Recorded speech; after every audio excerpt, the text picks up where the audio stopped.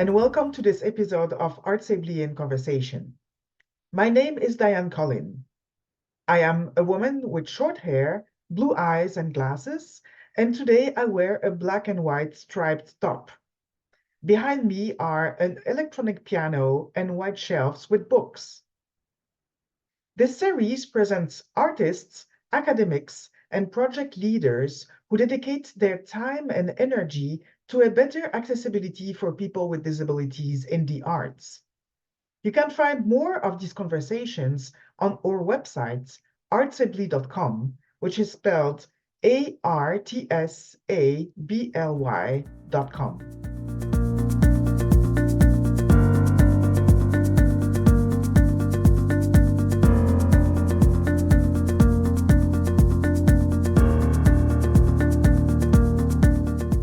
Today, Artsably is in conversation with Jessica Tomlinson, who is a singer, an assistive technology instructor, and an audio recording editor. You can find the resources mentioned by Jessica Tomlinson during this episode on Artsably's website in the blog section.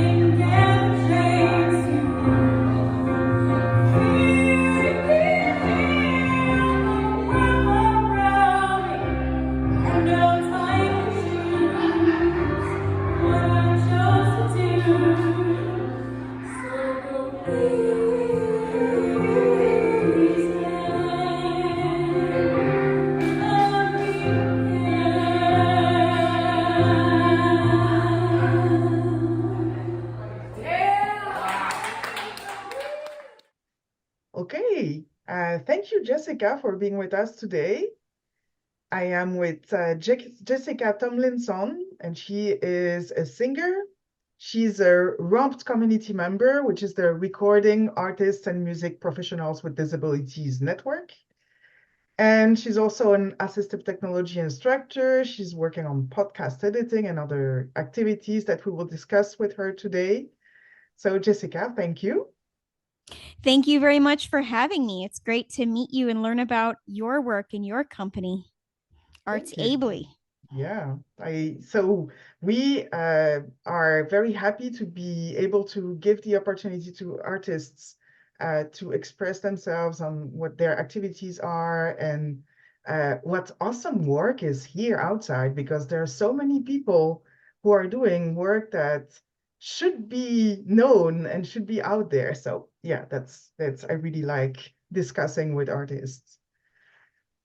And so I wanted to ask you to present yourself and also to provide a visual description. Okay, wonderful. Well, first of all, I am a petite white woman with shoulder length brown hair, and I am wearing a green sparkly top with a green and gold starfish pin on my shoulder. And I have these green and gold earrings that sort of resemble trumpet flowers a little bit. Um, and I do have nystagmus. So for those of you watching on the video, if you see my eyes jumping around uncontrollably, I don't feel it happening. It's just a thing that happens, especially when I'm talking and when I'm very focused on a point I'm making. My brain just that's sort of what it does. So we will talk more about that in a little bit, but that is my visual description for those of you not able to see me on the video or for those that are listening in podcast form. Thank you so much. In the exchange that we had before we scheduled the interview, you told me that you graduated from Full Sail University. Yes. So I have had low vision all my life. I've had very low vision, and in the United States, that is considered to be legally blind, so of a certain visual acuity and description to get various accommodations in school, various services. I went to public school throughout my school age years, and then after graduating high school, I was a teenager with big dreams and big ideas, and I was bent on becoming a recording engineer. So, a person that would work in the recording studio behind the glass, making everything sound very good and very professional. So, I went to a trade school in Orlando called Full Sail University. They have since become a 4-year program, but at the time, they were a 1-year accelerated associate's degree. So I went through their recording arts program and gained a lot of very valuable experience and learned a lot of concepts. It was my first time away from home, growing and learning experience, first time with a roommate that we didn't always get along, but we were amiable. Lots of great experiences. But back then, things were not quite as accessible as they are now. We can talk later on about that analog hardware versus in the box software in terms of recording and gear. There are pluses and minuses in terms of accessibility to both. So, back when I was going through the program, that was 2004, 2005. There were still a bunch of accessibility pitfalls with the gear. There were transportation issues in all of the areas where one had to move to become competitive. And quite frankly, it was a boys' club. So, someone walking in that's petite and female and visually impaired and toting a step stool so that I could reach the top of the gear rack, that didn't always look like I was going to succeed. And to boot, I had a family that did not want me to be far away from them. So I went a different path. I went to St. Petersburg College in St. Petersburg, Florida, and got a bachelor's degree in education. And then I started working at a community rehab center for adults. And we also have programs for children, but mainly adults who are visually impaired and legally blind and losing vision later in life. And they said, well, we can bring you on full time if you go back to school and you get a master's degree. So I got a master's online from UMass Boston, and I am now a vision rehabilitation therapist who mainly does assistive technology. So I teach people how to use screen readers and screen magnification software on computers and smartphones. And I also teach independent living skills so that my clients can live safely and independently in their homes and have fulfilling lives, etc., etc. So that was a lot, but that is basically the answer to that part of the question. But you also uh, play the keyboards and sing. So when did that start, this artistic attraction? So I've always been very outgoing, even back when I was doing the technical program at Full Sail. Um, we had a music theory class required of all of us. And even before that, I very much enjoyed singing in the chorus in high school and learning about how music is put together and how to connect with music. I really, really liked my chorus teachers in high school. And so I always kind of wanted to play an instrument, but it was one of those things where I didn't have a lot of role models around. I didn't have a lot of musical people in my family or friends of the family. So I just sort of picked up this notion that it was something you had to be like, quote unquote, special or born into in order to do well with. So I didn't for the longest time until I was at school in Orlando and I had this music theory class, and I basically couldn't stand not to anymore. So this is a ridiculous story. I I had a shopping center right next to where I lived. I could walk from my apartment to my school, and in between the two there was this shopping center. And in this shopping center, there was a Radio Shack. Remember those? um, and I went in there and very embarrassed and very self-conscious, I bought myself a kind of almost a kid's 61 key keyboard and carted it home on foot when my roommate was away at class, and pretty much hid it because I was afraid and self-conscious and didn't want people to hear the inevitable fits and starts that happen when you're first learning something. I did not want to be so brash as to annoy people with that kind of stage that I was at.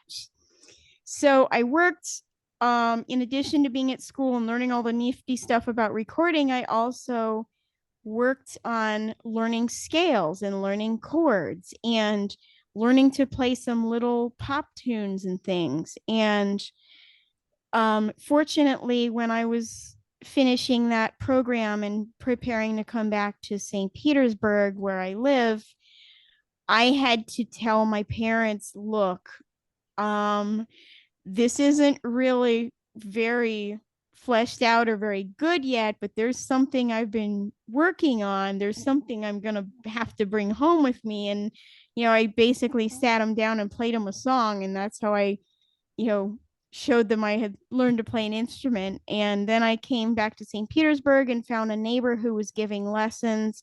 That was like a classical piano teacher that taught me for 2 or 3 more years after that. And I picked up a lot of really great things from him. And that is how my artistic and performing side got started. And it's kind of been with me ever since. And is it so what started first? Is that your this idea that you wanted to be a professional recording artist, or the singing part or musical part? How did that articulate? How did that come together? So I think the technical side started first. I've always been very curious about how things work. I've got a lot of mechanics in the family. I've always enjoyed listening to them talk about like their older cars. My parents had a home theater system. I was always very interested in how that's set up and how that stuff works. I would go to concerts and would see the front of house mixing console, which is basically the big board under the tent in the middle of the audience. And I'd see all these, or it would be, I take that back, it would be described to me, and I was allowed to come close and look at all the faders and knobs and things.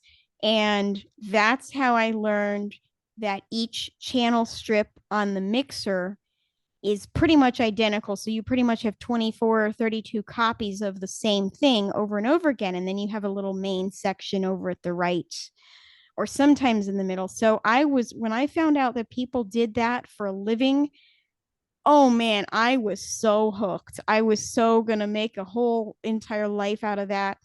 But I always also really loved music a lot. My whole life I've always really connected with music a lot. So once I found out that, I could also play if even just for fun, then that had to come along for the ride too. And you perform live today. I do. I perform at coffee shops and art markets and art gallery opening receptions, and I enjoy playing with other musicians. I have some people I kind of just jam with informally, and we might be playing out soon a little bit and that sort of thing. And you told me that you are also hosting podcasts. Can you tell me more about this podcast?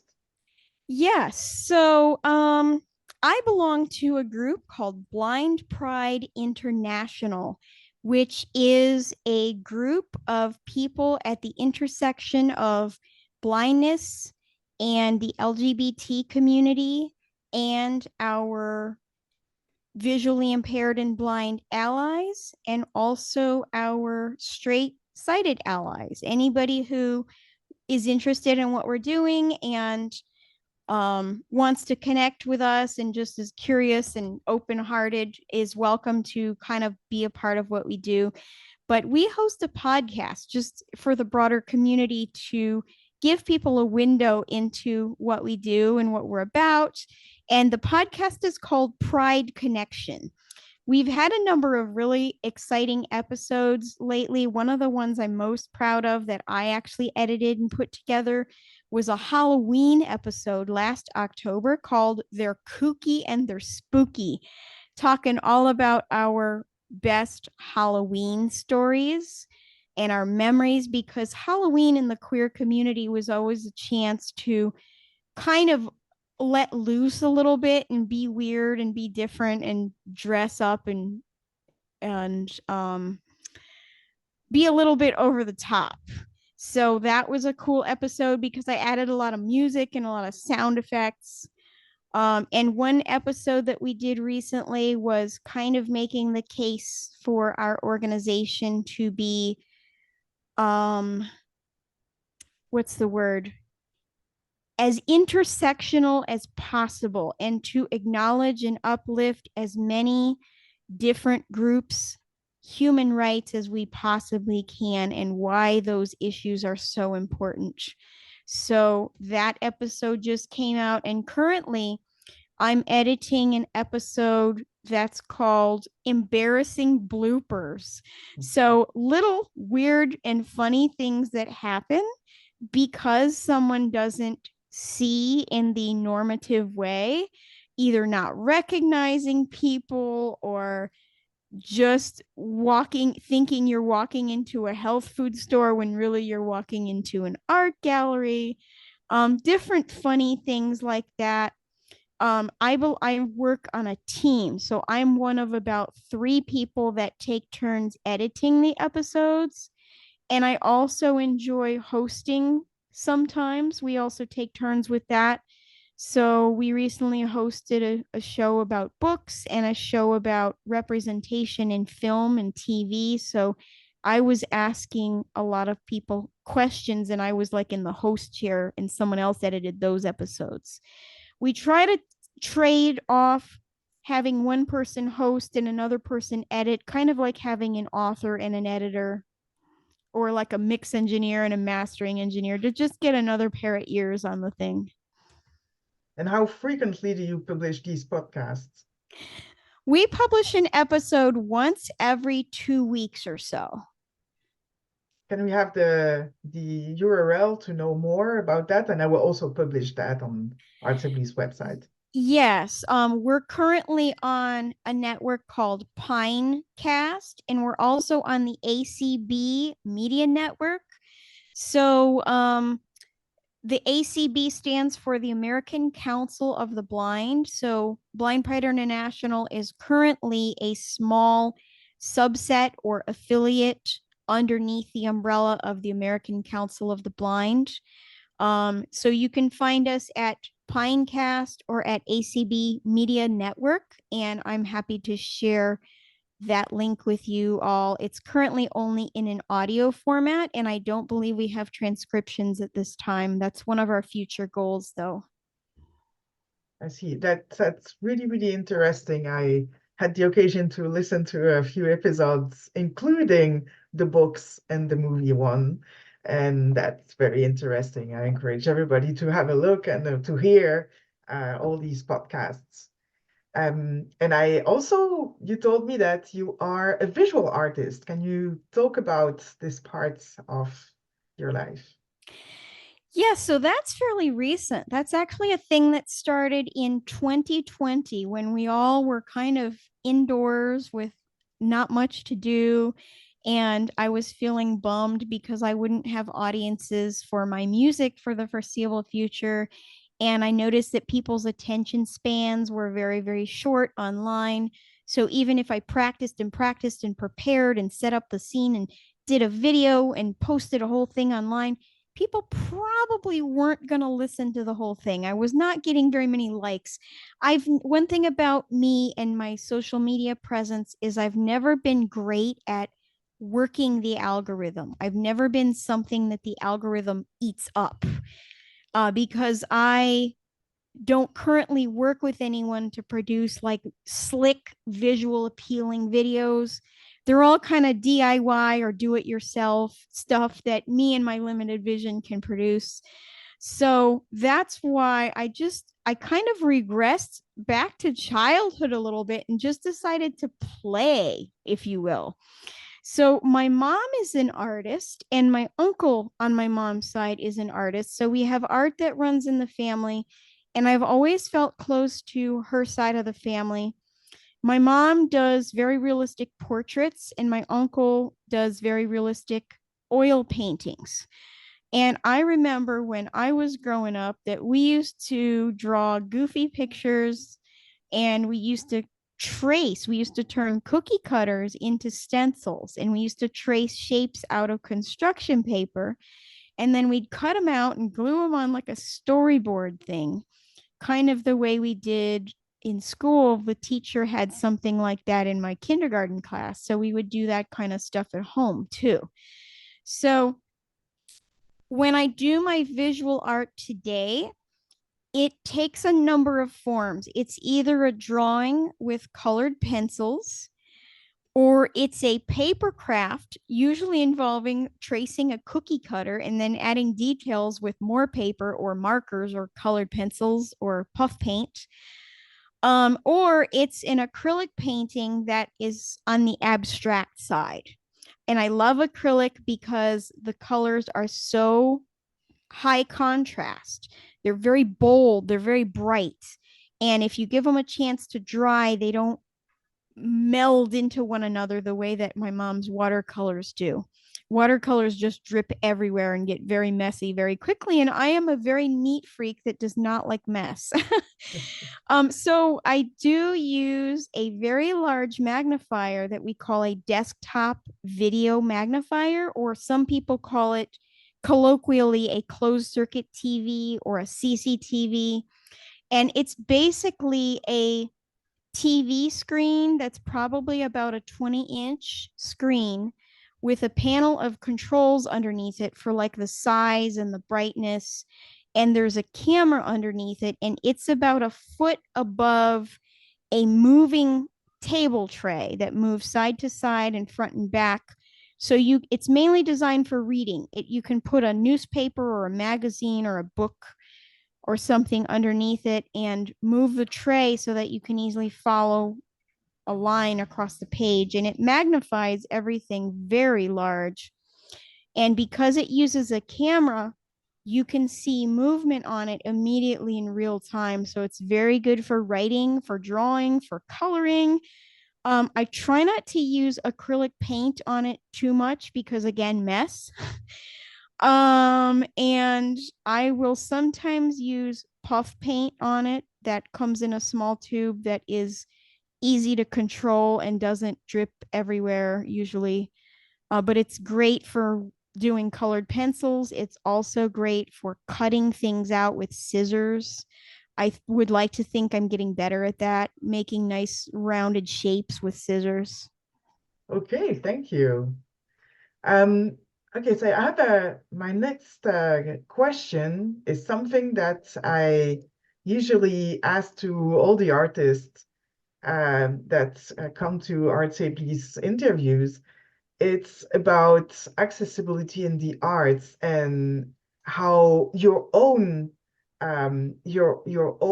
feeling and um, your own integration of accessibility in your artistic practices. Can you share a little bit about that? Yes. Let me think about that for a minute, I guess.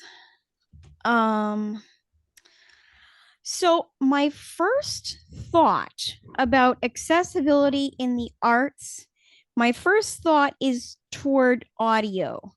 So the one thing about analog hardware, like an old-fashioned analog mixing console, is that there is a fader, there is a knob, there is a button for everything. And a fader is just a slider that slides up and down or side to side, rather so that you can push a lot with a lot of fingers at one time.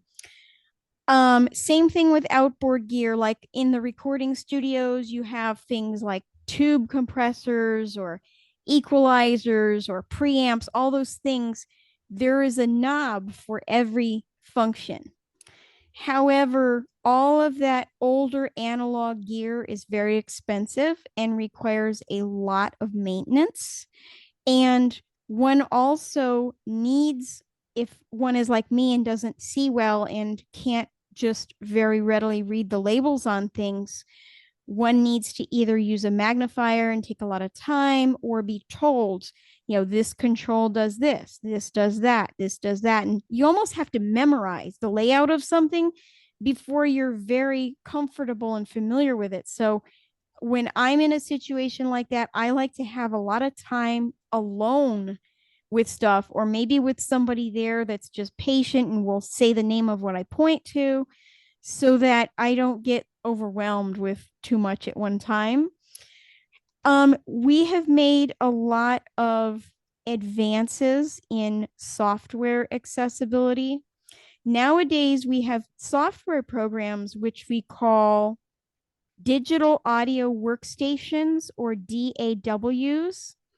And when all of the mixing and processing and stuff is done within the DAW program, we call that quote unquote mixing in the box, because it's all within a computer rather than being all these patch cables to all this outboard gear. So that's all great if that software and its associated plugins, which are the plugins in a digital audio workstation are like the equivalent to the outboard gear in a traditional recording studio. So the DAW itself and the plugins that one chooses to use need to be able to work with a screen reader on the computer. And that if the programs are written so that they don't the buttons aren't labeled, or they just doesn't give the screen reader a lot of feedback, it's kind of a problem. Now, I can somewhat get around these problems because I have the privilege of being able to magnify my screen to about 3 or 4x and to most of the time be able to see what is going on somewhat. But there is still a lot that needs to be done with getting software systems to be accessible, particularly in the recording field. Some positive work that is being done in that area. I use a digital audio workstation software program that's called Reaper, and it is sort of open source. I say sort of because one does need to buy a license for it, depending on the size of your business, but it is being worked on and developed by a community of volunteers. So that makes it somewhat open source. And particularly the extension for Reaper that makes it screen reader friendly is called Osara. And Osara is definitely worked on and improved upon over time by a community of users. So I would say that part is definitely open source. And there is actually a listserv called Reapers Without Peepers. I love that name. So they are doing some great work. Also, I want to shout out Native Instruments has a MIDI controller called Complete Control, and their plugin that goes with it has a lot of accessibility built in. And also, Arturia has a virtual instrument called Analog Labs, where some accessibility was built in. And also, the MIDI Association. MIDI stands for Musical Instrument Digital Interface. And there is basically a volunteer association that puts together the standards to basically make all these different digital instruments talk to each other. And they now have an accessibility working group, which I'm very, very excited to follow what they are up to and hopefully contribute to if I can with my own experiences. I really wish that these software companies would do user research and talk to their users, not only who have blindness or visual impairment, but who also have all manner of other disabilities, to just get a sense for how can we make this more universally usable to more people from the beginning rather than at the very end as an afterthought. Definitely, and we have that too in Logic. So, for example, software about music creation, such as Sibelius, have been very, very long, not accessible for a very long time, not accessible. And now they start, thanks to the people who are using it. There was a group of blind people who were using it and who really worked with I don't remember the name of the association, but finally Sibelius started to include these plugins and easier ways to access the notes and the score itself and things like that. And now it starts to be here. So that's great to hear that in the recording world, we also have some kind of improvement that is going on right now. I'm so glad that Sibelius is finally starting to think about accessibility. I remember I used Sibelius in music theory class when I was doing my undergrad. I did take some music theory classes while at St. Pete College too. And again, with a magnified screen, I could sort of do it, but it was hard and headache inducing. So I'm glad that they're doing accessibility now. That's great to hear.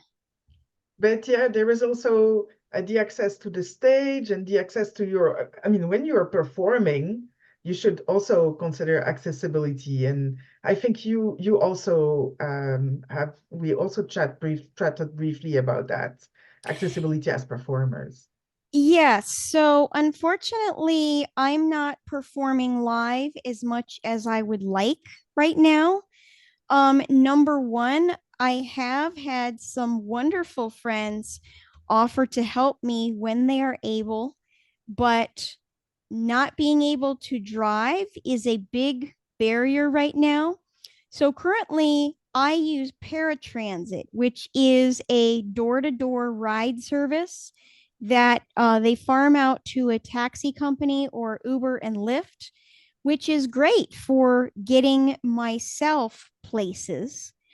It may not be so good for getting my gear places because the standard paratransit driver is not going to be able to unload a giant 88 key digital piano that I have behind me, and a stand and a bench and two speakers and a mixer and a microphone and a couple of other stands. I would need a whole van and some roadies for that. So I've had to think a lot about how can I keep it small? How can I keep it light? And again, I have had some wonderful friends help me with some of that stuff some of the time, but I'm very self-conscious and very aware of not wanting to overburden them and not wanting to burn them out and not wanting to take advantage of them too much. Um, so I've done a lot of going to open mics where there's already a PA and bringing my tablet and maybe one or two other accessories. Or I'm have started bringing a smaller keyboard to some gigs, even though I, prefer to have more range. Um, and I think it's generally just a perception too. Like, it's perceived that people who don't drive are just automatically going to be less reliable than people that do.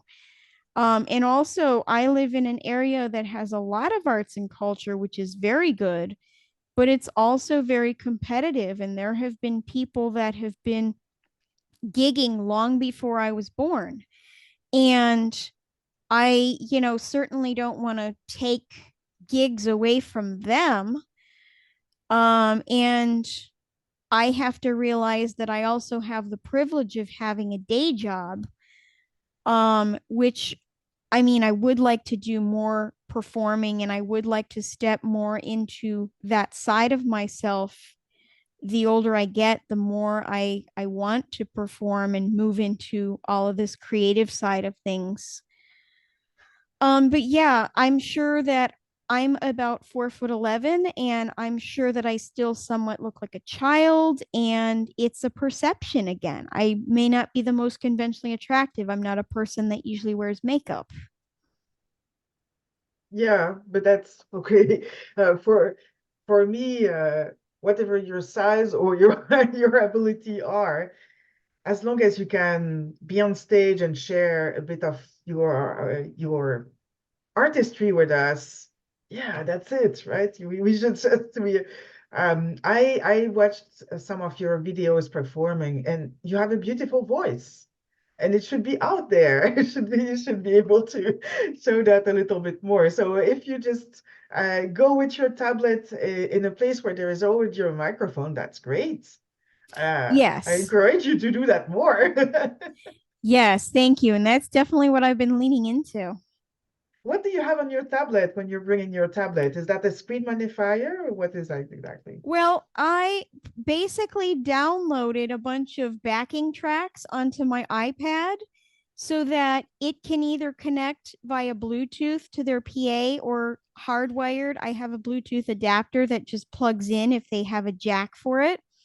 And so that I don't have to bring an instrument, I just play my backing tracks and sing, which I know doesn't have the visual appeal of watching someone play an instrument. But hey, sometimes you got to do what you got to do. Exactly. So a But backing track means like an accompaniment. Some of them I create, some of them I've gotten from other places. do you have any things like, for example, audio descriptions and other things that could um, improve the accessibility even more of a performance? Do you do that sometimes, or Yeah, I think I could. I think I could start saying things, describing myself like I did at the top of the show. Um, I do know there are some performing venues in my area that have some audio description. Um, Not many of them do, though, and that's one thing that if they're interested in hearing about things that I try to bring up, that audio description might make it a little bit easier for some people. what about touch tours? Oh, yes. So I'm pretty sure that your audience probably already knows what audio description is, but I'm happy to explain it if that might be helpful for some. Audio description is currently available on more TV programs currently, and certainly on the streaming services. I'm very pleased with the increased offering of it on the streaming platforms because it's so easy to add. Um, it is a narration track that describes the action on the screen for people that are blind or have low vision and may not be able to adequately see the screen and all the action going on. So, what we're talking about here is that it's also done in some live performance venues as well. So, a very good example is the Straz Center in Tampa, which is a big performing arts center. And they have Broadway shows come to town, and they have a season where they do, 7 or 8 shows all throughout the year. And one show out of the meaning one particular showing of a run of a certain show, usually on a Saturday afternoon, they will have a live describer sit up in a booth and speak on a microphone, which people who need it in the audience can then listen on a headset. I think they have a phone app that they're using now for that purpose. Um, and then one run showing, usually on a Thursday evening, has ASL interpretation as well. So they have a really good start when it comes to accessibility. It would be great if more live performing venues had that. We are trying to get the word out about it and how beneficial it is and how to implement it. Also, a touch tour is something where people who may not be able to see clearly what's going on the stage can get like a quote unquote sneak preview where they get to go up close and look at and touch either the real or replicas of some of the costumes, some of the set pieces, some of the props, maybe get to go on stage before the show and get a feel for how the set is laid out, what furniture is up there. I kind of got an informal one of those when a small community theater was doing a local production of the Nutcracker one year for Christmas. I knew one of the people that was dancing in the ballet. So my family was just going kind of to the green room to greet that person. And while we were in there, we were talking with some of the dancers, and they were in their leotards. I could see them stretching and warming up and doing some of their moves. And all the costumes were on hangers, just hanging around. And they were showing me some of them. And I just thought it was very, very extremely cool that I happened to be in the right place at the right time. And it was a somewhat informal thing. So they were very willing to show me around and show me some of the things that they were going to be using. Lots of great ideas here for people who are listening to us. It would be great to have that, like a broader, like to have that automatically in that kind of settings where there is something happening on stage that should be, that could be felt by by people via touch. So thank you. I learned something. Very good. Thank you. Okay, I have a last question, which is about people out there who might have inspired you in your own journey as an artist, or people you admire in your life. If you had one or two people to name, who would it be and why? The first one that comes to mind, and I know this might be a little cliche because he is so famous, but famous for a very good reason. I revere him, Stevie Wonder. Not only is he a social justice icon, his songs are about lifting people up, bringing people together, but he's also a very independent spirit. So he was on Motown Records for his younger years, his teen years. And Motown created some amazing and some wonderful records. However, they definitely had a formula and an idea of what they wanted their artists to sound like. And Stevie Wonder wanted to go beyond the formula and expand and open up and do more with his sound. So when he turned 21, that's when his youth recording contract expired. And everybody at Motown was expecting him to just automatically re sign a new adult contract. But what they didn't know is that Stevie Wonder went to a studio in England. If memory serves me correctly, it was Jimi Hendrix's Electric Ladyland studio, and recorded an album that sounded completely and totally different from anything he had done prior before, and was definitely going to take his career in a new, broader direction. And I also admire, he has a lot, it appears to me that he has a lot of incredible technical skills as well.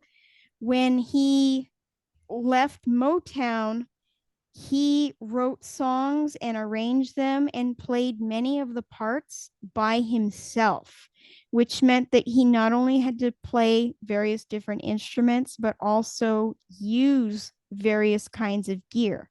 And back in the day, we didn't have any digital stuff that I was talking about. He had to use all analog gear, which brings me to the part that is the most fun of all. He had this giant modular synthesizer, which means that it had various components that you would connect together, kind of like a Lego set for adults. You would connect cables from one module to the next, kind of the way that telephone operators would connect your calls in the very olden days. Well, with a modular synthesizer, you had to do that sort of patching to build your sound. So he had some components from a company called ARP, and he also had some components from a company called Moog, and some other companies thrown in there for the mix. So this giant behemoth modular synthesizer he had was called Tonto. And I can't remember what the acronym Tonto stood for, but I just know that I was floored and I was blown away. And I said, if he can do it, then I can do it too. And I've recently, in the past year, really gotten into sound synthesis and learning what all of the big vocabulary words, the oscillators, the filters, the envelopes, the modulation, how it all works to craft a completely new, ethereal, otherworldly sound. That's very cool. Okay, thank you. Um, well, unless you have a second artist in mind to present that we I was talked just going about. to give another shout out to the Oh, yes. Reapers Without Peepers group and all the work that they're doing to keep the accessibility going, and to encourage other software companies to make their plugins accessible too.